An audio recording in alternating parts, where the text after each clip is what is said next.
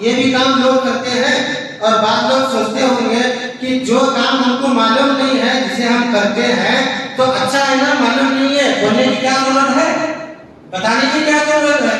جو کام ہم کو معلوم نہیں ہے، یعنی کہ میں اگر 4 باتیں آپ کو بتاؤں یا 5 باتیں آپ کو بتاؤں، ایسی باتیں جو کام کے طور پر رجب کے مہینے میں ہوتی ہے آپ کو نہیں معلوم ہے، تو آپ سوچیں گے یار نہیں معلوم ہے تو اچھا ہے نا، ہم لوگ نہیں کرتے ہیں، معلوم بھی نہیں ہے، اچھا ہی ہے تو بولنے کی کیا ضرورت ہے؟ ایسی بات نہیں ہے۔ ایک چیز ایک صحیح طریقے سے ہم تک پہنچتی ہے، وہی چیز غلط طریقے سے ہم تک پہنچتی ہے۔ اس کی ایک مثال میں آپ کو اچھے طریقے سے سمجھاؤں، اس کے بعد بات واضح کرنے کی ضرورت ہی نہیں ہے۔ ایک 2 سال کے بچے کے ہاتھ میں لنگی دے دی جائے یا چاقو دے دیا جائے اور سامنے اس کے ایک بڑے آدمی کو کھڑا کر دیا جائے اور اسے بولا جائے تم اس کو مارو، وہ بچہ دھڑلے سے مارے گا، مارے گا کہ نہیں مارے گا؟ ارے ضرور مارے گا بھائی، 2 سال کے بچے کو کیا معلوم ہے کیا صحیح ہے کیا غلط ہے؟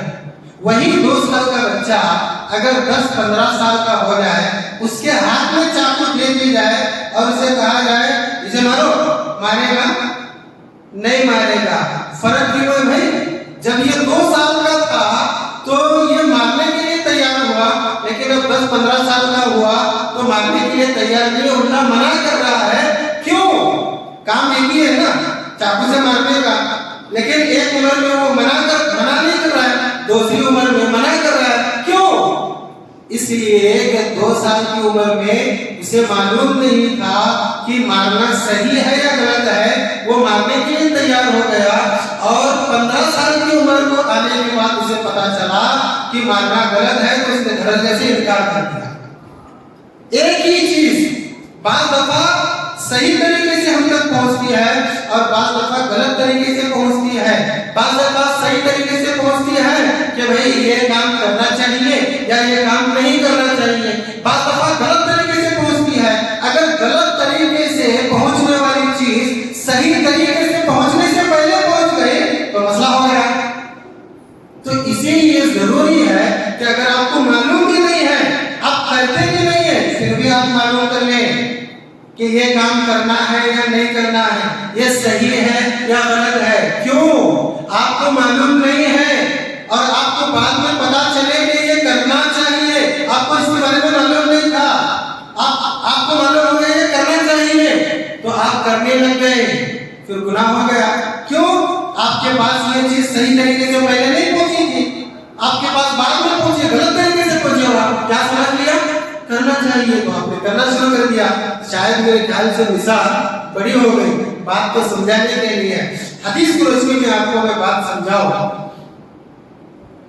حذیفہ بن یمان رضی اللہ تعالیٰ عنہ ہمیشہ اللہ کے رسول صلی اللہ علیہ وسلم سے گناہ کے بارے میں سوال کرتے تھے، اے اللہ کے رسول یہ گناہ ہے، اے اللہ کے رسول یہ گناہ ہے، یا خود نبی صلی اللہ علیہ وسلم سے ایسا پوچھتے تھے کہ اے اللہ کے رسول مجھے گناہ کے بارے میں بتائیے، مجھے غلط کام کے بارے میں بتائیے۔ تو نبی صلی اللہ علیہ وسلم بعض دفعہ ان کو بتاتے تھے، بعض دفعہ ان کے علم میں بات لاتے تھے، لیکن صحابہ کرام کے دل میں ایک سوال پیدا ہو گیا کہ کیا بات ہے، ہم تو ہمیشہ نیکی کا سوال کرتے ہیں اللہ کے رسول سے، لیکن یہ ہے گناہ کا سوال کرتے ہیں۔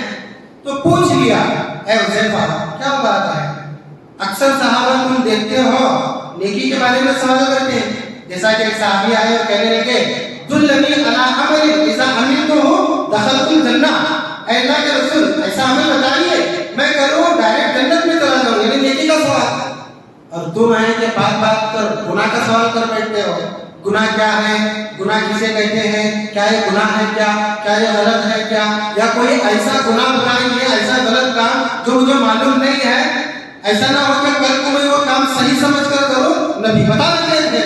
تو وہ صحابی حذیفہ بن یمان صحابہ کے سوال کو سن کر کہتے تھے کہ بھئی نیکی کا علم تو نبی دیتے ہیں، لیکن جنت میں جانے اور جہنم سے بچنے کے لیے گناہ کا بھی تو علم ہونا چاہیے، کہیں ایسا نہ ہو کہ ہم نیکی کرتے جائیں اور خوش ہیں بہت نیکیاں ہو رہی ہیں ہم سے، بے شمار نیکیاں میں کر رہا ہوں، لیکن گناہ کا علم ہی نہیں ہے، کیا غلط ہے وہ معلوم ہی نہیں ہے، ہم خالی نیکیوں کے ترازو پر غور کرتے چلے گئے کہ وزن ہو رہا عمرہ کیا، بہت کام کیا، بہت وزن ہو رہا، بہت وزن ہو رہا، ادھر بھائی گناہ کا پلڑا بھائی یہ بھاری ہو رہا ہے کہ ہلکا ہو رہا ہے، معلوم ہونا کہ نہیں؟ حذیفہ بن یمان نے کہا اس وجہ سے ہمیشہ میں گناہ کے بارے میں پوچھتا ہوں۔ تو رجب کے مہینے کی بدعتیں بھی ایسی ہی ہیں کہ اگر آپ کو معلوم نہیں ہے تو آپ معلوم کر لیں، تاکہ کل کو اگر آپ کے پاس کسی ذریعے سے یہ بات آ گئی اور آپ نے سمجھ لیا ارے ہاں شاید یہ بھی کرنا، اب تک نہیں کرتا تھا میں، کرنا شروع کر دیے، جبکہ کام غلط تھا، گناہ کا کام تھا، شریعت سے ہٹ کر تھا۔ اسی لیے ضروری ہے ہر بات کا علم ہونا، ہر بات کا علم۔ بعض دفعہ ایسا ہوتا ہے کہ بعض کام ہم کرتے ہیں یا بعض کام کے بارے میں ہم کو معلوم ہوتا ہے، ہم کو ایسا لگتا ہے ارے یہ تو بالکل غیر ضروری چیز ہے، مجھے کیا کرنا ہے اس میں پڑھ کے؟ نہیں، آج تم کو یہ چیز غیر ضروری لگ رہی ہوگی، لیکن ایک وقت آئے گا یہی چیز آپ کے لیے ضروری بنے گی، تو وقت سے پہلے ہر چیز کی تیاری کرنا بہت ضروری ہوتا ہے۔ چلیے میں آپ کے سامنے وہ رجب کے کام جو شریعت سے ثابت نہیں ہے ایک ایک کر کے آپ کے سامنے میں بتانا شروع کرو۔ سب سے پہلا کام رجب کے مہینے میں جو لوگ کرتے ہیں وہ ہے رجب کے مہینے کی مبارکبادی۔ آج 4 تاریخ ہے، شاید جیسے ہی رجب کے مہینے کا چاند نظر آتا ہے رجب کے مہینے کی مبارکبادی لینا شروع کر دیتے ہیں لوگ، اور دلیل کیا دیتے ہیں؟ اللہ کے رسول صلی اللہ علیہ وسلم نے فرمایا جو انسان رجب کے مہینے کی خوشخبری مبارکبادی کسی مسلمان کو دیتا ہے اللہ تبارک و تعالیٰ اس کے اوپر جہنم کی آگ کو حرام کر دیتا ہے۔ مبارکبادیاں دینا شروع کر دیتے ہیں۔ ارے رمضان مبارک کی بھی مبارکبادی نہیں دینا ہے، جمعہ کی بھی مبارکبادی نہیں دینا ہے، جبکہ لوگ کیا کرتے ہیں رجب کا مہینہ جیسے شروع ہوتا ہے مبارک ہو گئی رجب کا مہینہ شروع ہو گیا، کس بات کی مبارکبادی؟ کس بات کی؟ ارے مبارکبادی جہاں دینا ہے وہ بالکل نہیں دیتے۔ ایک پتہ کی بات اور ذہن میں اچانک آ گئی، میں بتا رہا ہوں آپ کو، آپ لوگ سوچو اور سوچ کر بالکل اپنے آپ کا محاسبہ کرو، کیا واقعی میں نے آج تک کیا ہے؟ آپ سوچتے رہیے تو بتاتا، جہاں مبارکبادی دینا ہے وہاں نہیں دیتے، اور جہاں نہیں دینا ہے وہاں بدعت کا کام کر کے دیتے ہیں۔ کہاں کی مبارکبادی؟ دلہے کو جب نکاح یا ولیمے میں ہم جاتے ہیں تو مبارکبادی دیتے ہیں، زور سے ہاتھ ملاتے ہیں اور معانقہ کرتے ہیں، اس کے وقت دعا بھی ہے۔ کون کون دیتے ہیں یہ دعا بتائیے؟ مبارکبادی کی دعا ہے نا، جانتے ہیں ہم، جانتے ہوں گے، سر نے ہلا تو اس کا مطلب یہ نہیں، آپ کو معلوم ہے اکثر لوگ مبارکبادی کی دعا جانتے نہیں ہے، مبارک ہو نکاح ہو گیا مبارک نہیں۔ اللہ کے رسول صلی اللہ علیہ وسلم نے اس وقت کی مبارکبادی کا طریقہ سکھایا ہے۔ بارک اللہ لک و بارک علیک و جمع بینکما فی خیر۔ دیکھو اصل اس کو مبارکبادی دینا ہے، اکثر لوگ نہیں دیتے، کھا پی کے حالت میں گلے مل گئے، لیکن یہ مبارکبادی جس کا شریعت سے ثبوت ہی نہیں ہے دینا شروع کر دیتے ہیں، حدیث سے دلیل بھی بالکل صحیح نہیں ہے۔ اللہ کے رسول نے کبھی ایسا نہیں فرمایا ہے کہ جو رجب کے چاند کو دیکھ کر مبارکبادی دیتا ہے یا خوشخبری سناتا مسلمانوں کو اس کے اوپر جہنم کی آگ حرام ہو جاتی ہے۔ دوسرا کام، اس مہینے میں عام طور پر مسلمان دعا پڑھتے ہیں۔ کیا دعا پڑھتے ہیں؟ اللہم بارک لنا فی رجب و شعبان و بلغنا فی رمضان۔ اے اللہ رجب اور شعبان کے مہینے میں برکت نازل فرما اور ہم کو رمضان کے مہینے میں شامل فرما، چونکہ رجب شعبان کے بعد فوراً رمضان آتا ہے۔ لوگ کرتے ہیں ایسا، دعا پڑھتے ہیں اور فرض نماز کے بعد بھی دعا پڑھتے ہیں، دعاؤں میں یہ دعا شامل کرتے ہیں۔ اللہم بارک لنا فی رجب و شعبان و بلغنا فی رمضان۔ اے اللہ رجب شعبان میں برکت اور ہمیں رمضان میں شامل فرما، یعنی رمضان آنے تک زندہ رکھ۔ ہر مہینے کے لیے دعا کیجیے، برکت کی ہم کو ضرورت ہے، لیکن خاص طور پر اس حدیث سے دلیل پکڑ کے یہ سوچنا کہ رجب کے مہینے میں یہ دعا کرنا چاہیے، کرنا یہ شریعت سے ثابت بالکل نہیں ہے، لوگ کرتے ہیں ایسا۔ تیسرا کام دیکھیے، میں جلدی میں آپ کو بتانا چلو، تیسرا کام لوگ کرتے ہیں اس مہینے میں 4 قسم کی لوگ نماز پڑھتے ہیں۔ کتنی قسم کی نماز؟ 4 قسم کی نماز۔ پہلی نماز پہلی تاریخ کو، دوسری نماز رجب کے پہلے جمعے کی شام کو، یعنی مغرب اور عشاء کے درمیان، یہ دوسری نماز، اور تیسری نماز ہے 15ویں شعبان کو، 15ویں رجب کو، اور چوتھی نماز ہے 27ویں رجب، شب معراج کے نام پر جو رات جاگی جاتی ہے اس رات کو نماز پڑھتے ہیں۔ کتنی نمازیں ہوئی؟ 4 نماز۔ پہلی نماز پہلی رجب کو، دوسری نماز رجب کے پہلے جمعہ کی مغرب اور عشاء کے درمیان، تیسری نماز پڑھتے ہیں 15ویں شعبان، اور چوتھی نماز 15ویں رجب کو، اور چوتھی نماز پڑھتے ہیں شب معراج یعنی 27۔ اور نام بھی رکھے ہیں لوگ، یہ جو پہلی تاریخ کو نماز پڑھتے ہیں اس کا کوئی نام نہیں ہے، عام طور پر نماز پڑھتے ہیں، اور جو رجب کے پہلے جمعہ کی شام میں نماز پڑھتے ہیں غالباً 6 رکعت پڑھی جاتی ہے، اور پتہ نہیں اس میں کیا کیا ہوا ہے، سورہ اخلاص کو کتنی دفعہ پڑھا جاتا ہے صلاۃ الرغائب، صلاۃ الرغائب کے نام پر۔ اور آپ لوگ میں سے ہر کوئی یہ جانتا ہے کہ میرے خاندان میں عورت کے نام پر میری ماں بھی ہے، میری بیوی بھی ہے، میری بیٹی بھی ہے، میری خالہ بھی ہے، میری پھوپھی بھی ہے، میری ساس بھی ہے، میری سالی بھی ہے، یہ سب عورت کے رشتے کیوں گنا رہا ہوں میں؟ یہ نمازیں ہوتی ہیں زیادہ پڑھتی ہیں، مرد حضرات تو وہاں یہاں سے کچھ باتیں معلوم کر لیتے ہیں نا دین کے، اور یہ تو بالکل معلوم نہیں کر سکتی ہیں، تو عورتیں زیادہ سے زیادہ نماز پڑھتی ہیں۔ دیکھیے علم حاصل کرنا ضروری ہوا نا، آپ نہیں کریں تو بھی کیوں، کم سے کم دوسروں کو تو بتائیں، عورتوں کو تو بتائیں جو کر رہی ہیں ایسی نمازیں پڑھ رہی ہیں، صلاۃ الرغائب 6 رکعت، اس کا ثبوت نہیں ہے، بالکل نہیں ہے۔ اور جو 15ویں رجب کو نماز پڑھی جاتی ہے وہ ہے صلاۃ ام داؤد۔ دیکھیے نماز، بھئی نماز جتنی بھی ہے کسی نماز کا الگ نام ہے، کہیں ہم دیکھتے ہیں جنازے کی نماز کے علاوہ کوئی اور نماز الگ سے ایسا ہے؟ نہیں، ساری نمازیں وہی ہے، فرض اور نفل، یہ کون سی نمازیں آ گئی ہیں؟ اللہ پتہ چلا شریعت سے اس کا کہیں ثبوت ام داؤد کی نماز کا بالکل نہیں ہے۔ اور چوتھی نماز کون سی ہے؟ وہ 15ویں 27 رجب کو جو شب معراج کے رات میں پڑھی جاتی ہے، شریعت سے کہیں ثابت نہیں ہے۔ امام ابن تیمیہ اور ابن قیم جو ابن تیمیہ کے شاگرد ہیں وہ کہتے ہیں کہ نماز اور روزے کی تعلق سے رجب کے بہت سی باتیں لوگوں میں عام ہیں، اس میں سے ایک بھی صحیح نہیں۔ تو یہ 4 قسم کی نماز بالکل صحیح نہیں، شریعت سے ثابت نہیں ہے۔ اور ایک کام، چوتھا کام، لوگ اس مہینے میں روزے رکھتے ہیں، بہت سارے روزے رکھتے ہیں، اور عقیدہ کیا رکھتے ہیں؟ اللہ کے رسول صلی اللہ علیہ وسلم نے اس مہینے میں زیادہ سے زیادہ روزے رکھے ہیں اور ہر ایک روزے کی الگ فضیلت بتائی ہے۔ بالکل غلط۔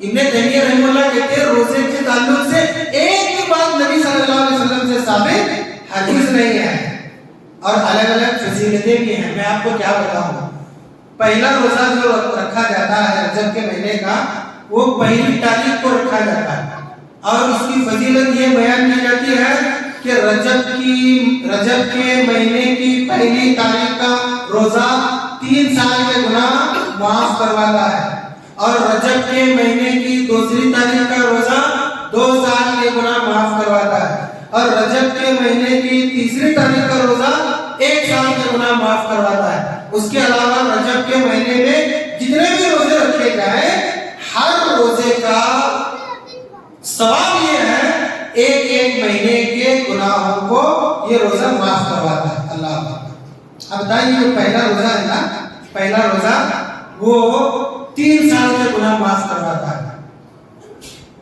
رمضان کے روزے کے بعد سب سے زیادہ فضیلت والا روزہ کون سا ہے آپ کو معلوم ہے؟ آپ جانتے ہیں رمضان کے روزے کے بعد سب سے زیادہ فضیلت والا روزہ اگر کوئی ہے تو وہ محرم کا روزہ ہے۔ اللہ کے رسول صلی اللہ علیہ وسلم رمضان کے بعد سب سے زیادہ محرم کے روزے کو رکھنا پسند کرتے تھے۔ آپ کو معلوم ہے وہ بھی روزہ صرف 1 سال کے گناہوں کا کفارہ بنتا ہے، لیکن یہاں آپ دیکھیے 3 سال کے گناہ حدیث سے بالکل ثابت نہیں ہے۔ اور جہاں تک ذی الحجہ کی 8 تاریخ کو یا 9 تاریخ کو یوم عرفہ کے نام سے روزہ رکھا جاتا ہے وہ بھی صرف 2 سال کے گناہوں کا کفارہ بنتا ہے، اور یہاں جو رجب کے مہینے کے روزے 3 سال کے گناہوں کا کفارہ بن رہے، حدیث سے بالکل ثابت نہیں ہے۔ ایک بھی روزے کا